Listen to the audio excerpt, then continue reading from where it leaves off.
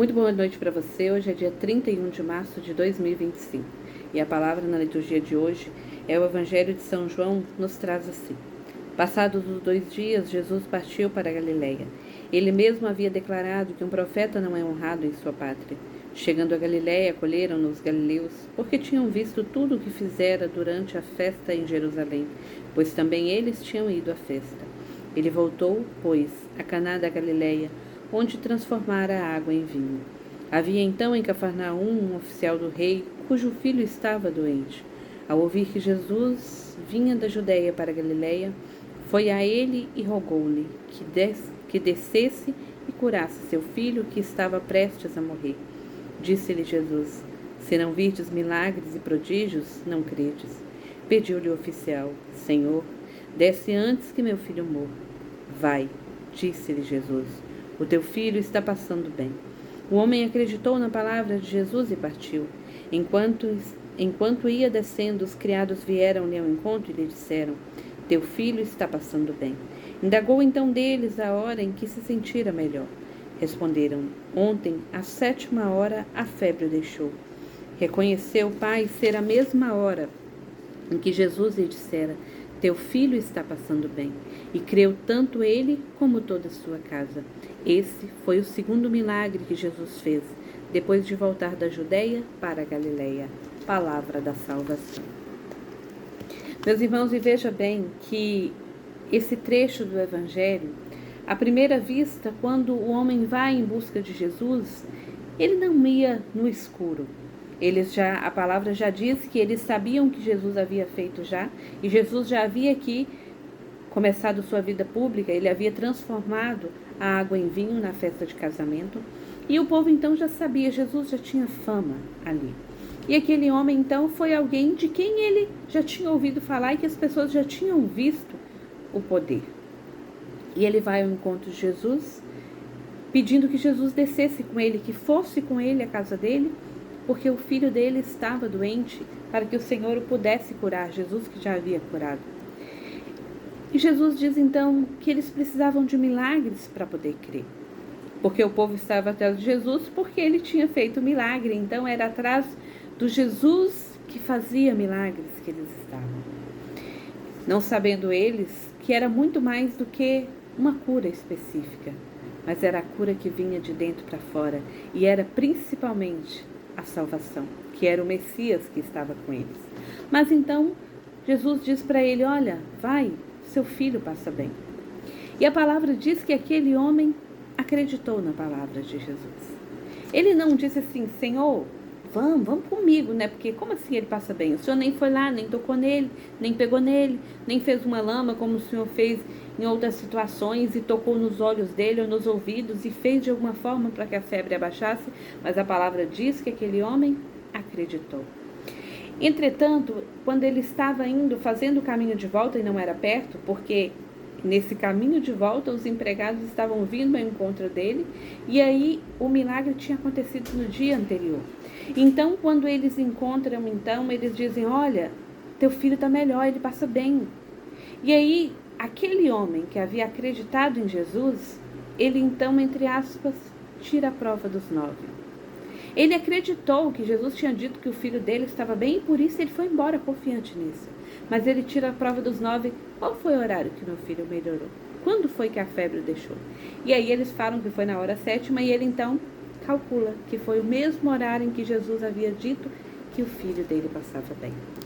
E aí a palavra finaliza dizendo que não apenas ele abraçou a fé, não apenas ele creu, mas toda a família dele. Mas aí eu te faço a seguinte pergunta: nós cremos em Deus de fato, ou nós permanecemos com Deus porque Ele pode realizar milagres? É a fé de quem aceita tudo de Deus, principalmente quando não for aquilo que eu pedi, quando não for aquilo que eu quero ou do jeito que eu quero? Ou é a fé de quem espera que Deus faça aquilo que eu lhe pedi? Porque, por exemplo, esse homem acreditou na palavra que Jesus lhe disse de que o filho dele estava bem e por isso ele foi para casa. Mas ele tirou a prova dos 9. E aí eu te pergunto, se não tivesse sido do jeito que ele imaginou, Se não tivesse sido, obviamente seria porque aquilo que Deus faz, Ele cumpre. Ele não nos faz falsas promessas, Ele não promete aquilo que Ele não cumprirá em nossas vidas. Mas, quando nós pedimos para Deus, sabendo que Ele pode, a gente recorre a Deus porque sabe que Ele pode. Mas se Ele não fizer da forma que a gente pediu? Mas e se Ele não fizer aquilo que a gente pediu? E aí, a gente crê realmente? A ponto de deixar e confiar, dizendo que seja feita a Tua vontade, não a minha, Senhor. Estou apresentando aqui os meus projetos, mas que seja feita a Tua vontade. No Teu tempo. Aquilo que Jesus disse para ele se cumpriu. Vá, o seu filho passa bem.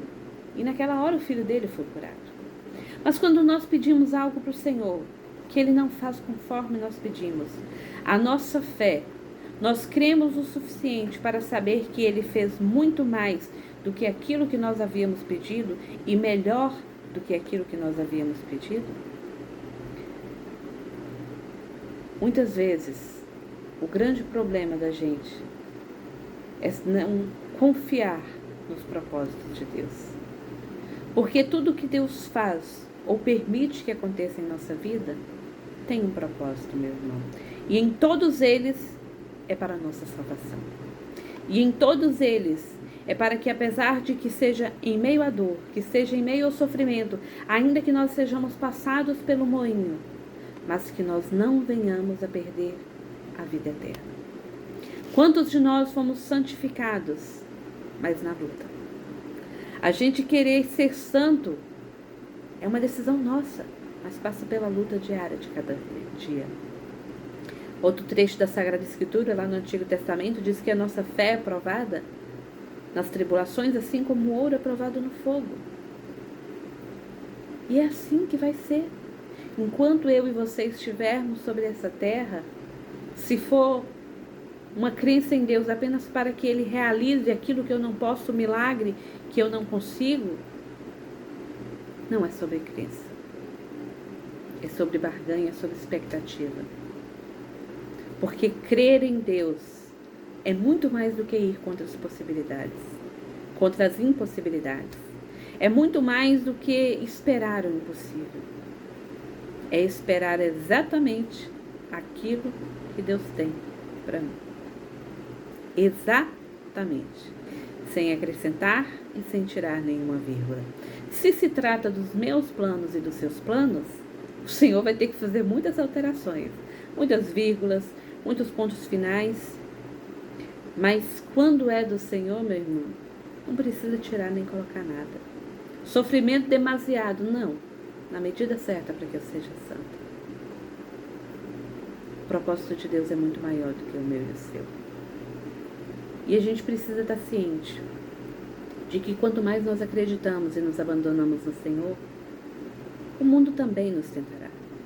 O inimigo fará de tudo para que a gente se sinta desamparado, confiando em Deus. Mas aí, voltando lá,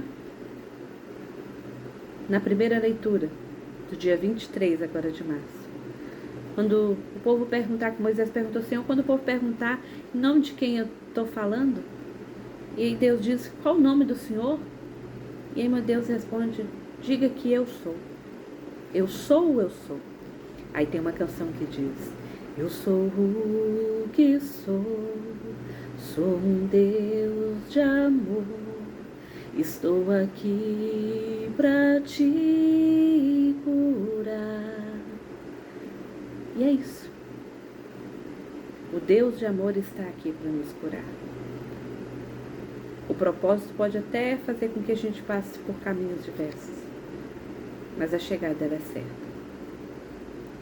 Mas o processo nos fará experimentar o suficiente e termos o suficiente para chegarmos ao destino final, que é a vida eterna, que é contemplar o Senhor face a face. Até lá, que a gente apenas creia em Deus, nos propósitos que Ele tem para a nossa vida, mesmo em meio à tribulação. Então peçamos ao Espírito Santo que Ele seja a nossa luz. Que Deus abençoe.